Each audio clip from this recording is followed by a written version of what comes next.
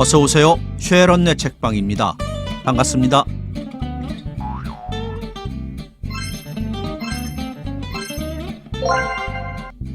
근대 문학에 있어 여류 작가들의 위상은 생각보다 지대했습니다. 여류 작가들은 봉건적 사고방식이 팽배했던 사회적 분위기 속에서 그야말로 고군분투했는데요. 특히 1세대 여류 작가로 분류되는 나혜석, 김명순, 김일엽 선생은 작가로서 사회운동가로서 외로운 투쟁을 이어갔습니다. 그러다 보니 대중들에게 선망의 대상이 되었고 또한 가십거리의 중심에 서기도 했습니다. 사적인 부분은 말할 것도 없고요. 오늘 준비한 김일엽 선생의 X씨에게는 작가의 개인적 아픔을 진솔하게 토로한 자전적 서간문인데요. 당시 가십의 중심에 있던 작가의 연애와 이별에 대한 진실한 자기 고백을 하고 있는 서간문입니다. 실명을 거론하진 않았지만 X씨는 독일로 유학을 가 철학박사 학위를 취득하고 돌아온 백성욱 선생입니다. X씨에게 시작합니다.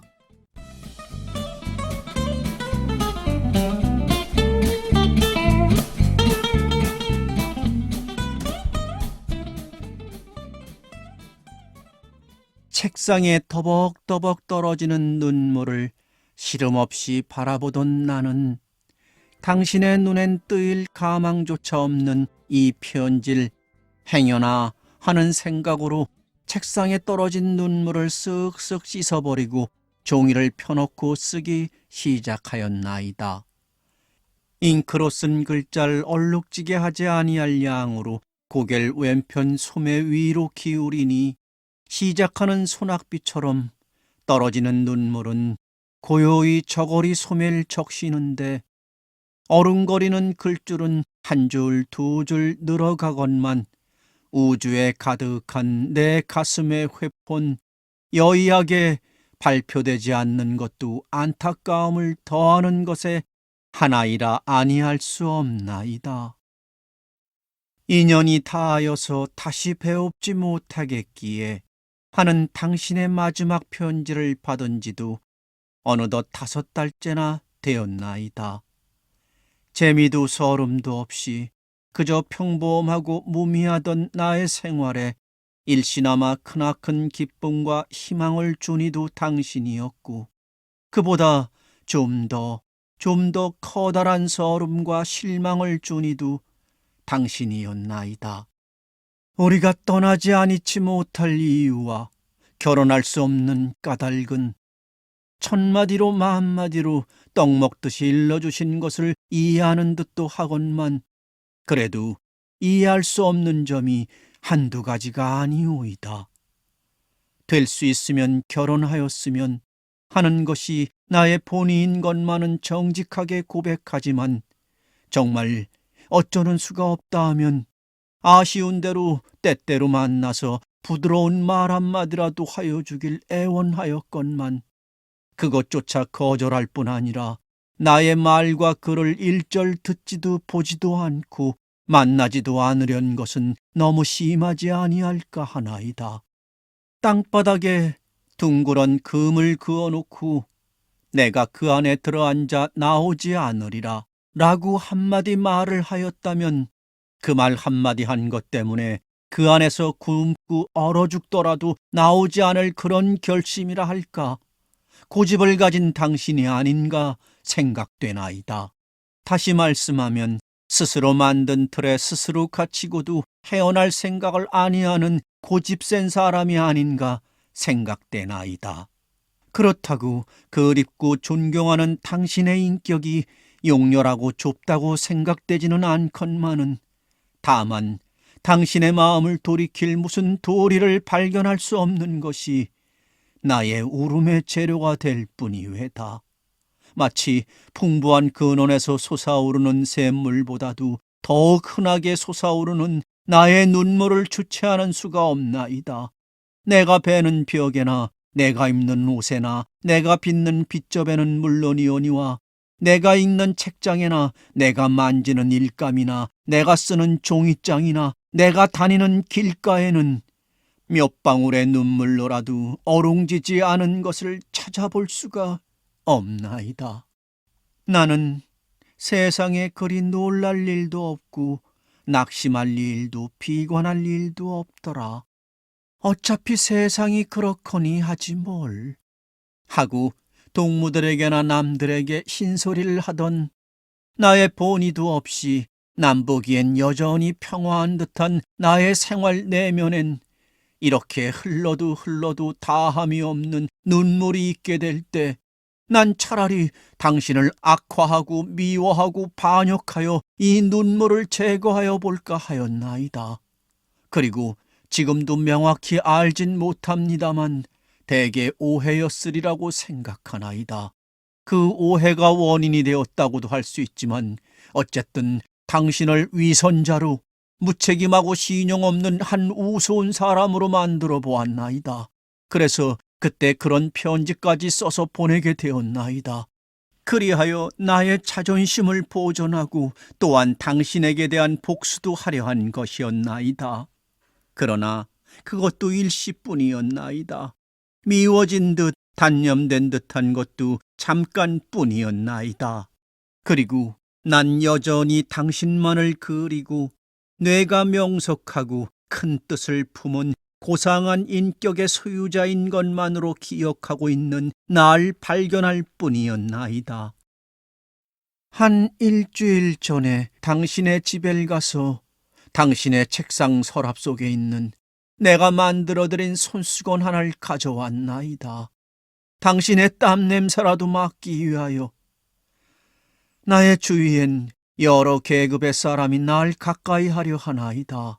나와 안락한 생활을 하여 보겠다는 희망으로 돈을 버는 사람도 있고 나에게 보이기 위하여 명화를 그리려고 노력하는 화가도 나에게 읽히기 위하여 걸작을 지으려는 작가도 있나이다. 나에게 보이기 위하여 얼굴을 매만지고 옷자락을 쓰다듬는 미남자도 없지 아니하오이다. 그러나 나의 온 정신은 당신 외에 다른 사람을 생각할 여유가 없고 나의 가슴은 당신 외에 누굴 용납할 자리가 남지 않았으니 어찌하면 좋사오리까. 이 제도 안에선 여잔 어쩌는 수 없이 경제적으로 남자를 의뢰하게 되는데 나 혼자서 생활할 다른 도리도 없고 그렇다고 보기 싫은 사람을 생활 때문에 따를 수는 더욱이 없고 당신이 날 만나지도 보지도 않으려는 이유가 여기 있는 것인 줄을 짐작은 하지만 보지 못하는 초민한 학생이 한층 더 나의 마음의 여유가 없게 하는 것을 어찌하오리까. 차라리 아무도 접근하지 말고 고요한 산중에 가서 불도나 믿었으면. 하지만 사정도 사정이려니와 아직도 남아있는 나의 세상에 대한 미련이 그렇기를 허락지 아니할 것 같소이다. 어쨌든 이제부턴 어디서라도 언제라도 불법을 아니 배울 수 없는 마음의 요구와 갈망은 걷잡을 수 없는 것이 사실이외다. 당신을 만났을 때 지금 같은 생각이 있었다면 시일이 길지는 않았다 하더라도 다소 배울 수가 있을 것을. 당신을 떠난 오늘엔 이래저래 후회와 미진함이 거듭거듭 새롭게 느껴질 뿐이외다. 그리고 오늘에 더욱 눈물이 새로운 것도 또한 이유가 없지 아니하오이다. 작년 오늘인 듯하오이다. 이렇게 이별이 될 줄 알았더라면야 날짜인들 시간인들 잊어버릴 리가 있사오리까마는 그때는 100년이나 1000년이나 떠날 일이 왜 있으랴. 그보다 더 기쁜 날, 그보다 더 반가운 소리를 들을 때가 허다하려니 하여서 무심하였나이다. 그때 모 사위층에서 선생의 고향은 하고 묻던 당신의 부드럽다는 것으로도 정다없다는 것으로도 표시할 수 없는 그 말소린 언제라도 나의 가슴에 미묘한 음악 이상으로 파동을 일으키고 있나이다. 그 다음에 당신이 무슨 도야요 하고 내가 나의 고향에 도만 너무 간단히 대답하여 주던 것이 미흡하다라고 말씀하면서 장생은 묻지도 않는데 홍랑에게 자기의 주소 성명을 일일이 일러주었는데 하시던 것은 더구나 나에게 정다움과 만족을 주었나이다. 아, 그 말하던 당신의 그 표정, 그 눈, 이 나의 눈물을 말려올 위대한 마력을 가졌던 줄이야. 누가 꾸민들 꾸었사오리이까.